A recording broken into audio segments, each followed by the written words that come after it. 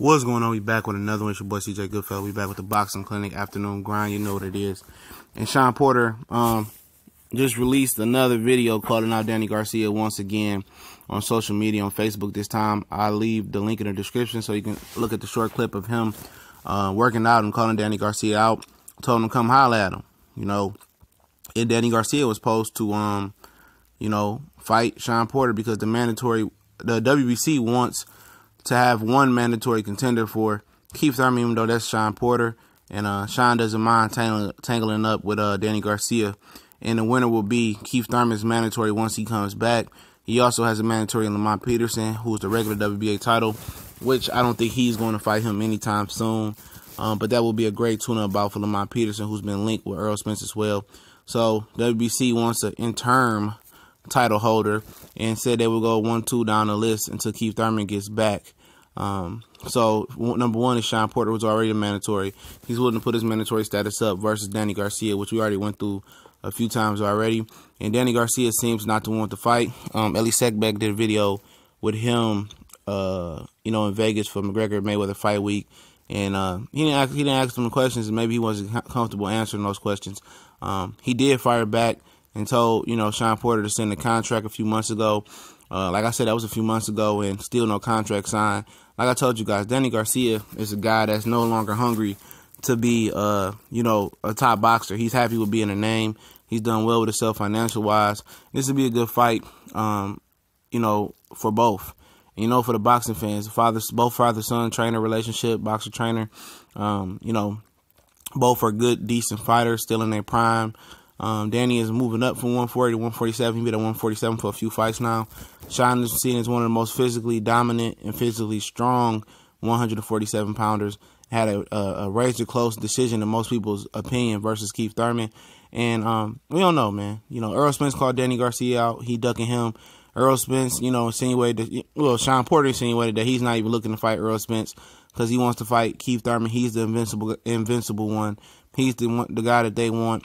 And like I said, nobody wants to fight Errol Spence, not to get off topic. And it is what it is for Errol. He's going to have to sit back and play his role and wait his turn. But Danny Garcia, man, he's just ducking out on too many different things. He was going to fight Luis Collazo. He got injured. He don't have too many options. And what? Al Hammond has spoiled these guys. With ability to fight once or twice a year, make enough money to be okay for the year, and say that health has made a lot of these guys fragile and weak, very feeble. And that's just what it is, man. A lot of these guys don't want to fight more than one time a year, and they try to stretch it out and fight one time a year and fight somebody for a good payday. They don't want to test themselves versus the best versus the best versus the best. They want to test it. They want to do tune up versus the best, tune up versus the best. And a lot of guys want to do that. I understand getting a tune-up fight here and there, but Danny Garcia had enough tune-up fights for a lifetime. It's time for him to step up and fight another guy. We know you fought Keith Thurman, and good for you, but why not turn around and fight Shawn Porter? It's a good fight for the fans, and if you don't want to get good fights, well, we don't need you in this boxing right now, man. 2017 is rolling. We don't want to see you versus, nobody else, unless it's Errol Spence, or Shawn Porter at the moment. And Keith Thurman looking like he's sparring in the streets of Nepal, whatever, in South Asia, like he's ready to come back. Just dropped the weight, and he could be ready to fight in November or December, perhaps. But like I said, he's one of those guys that's going to stretch it out.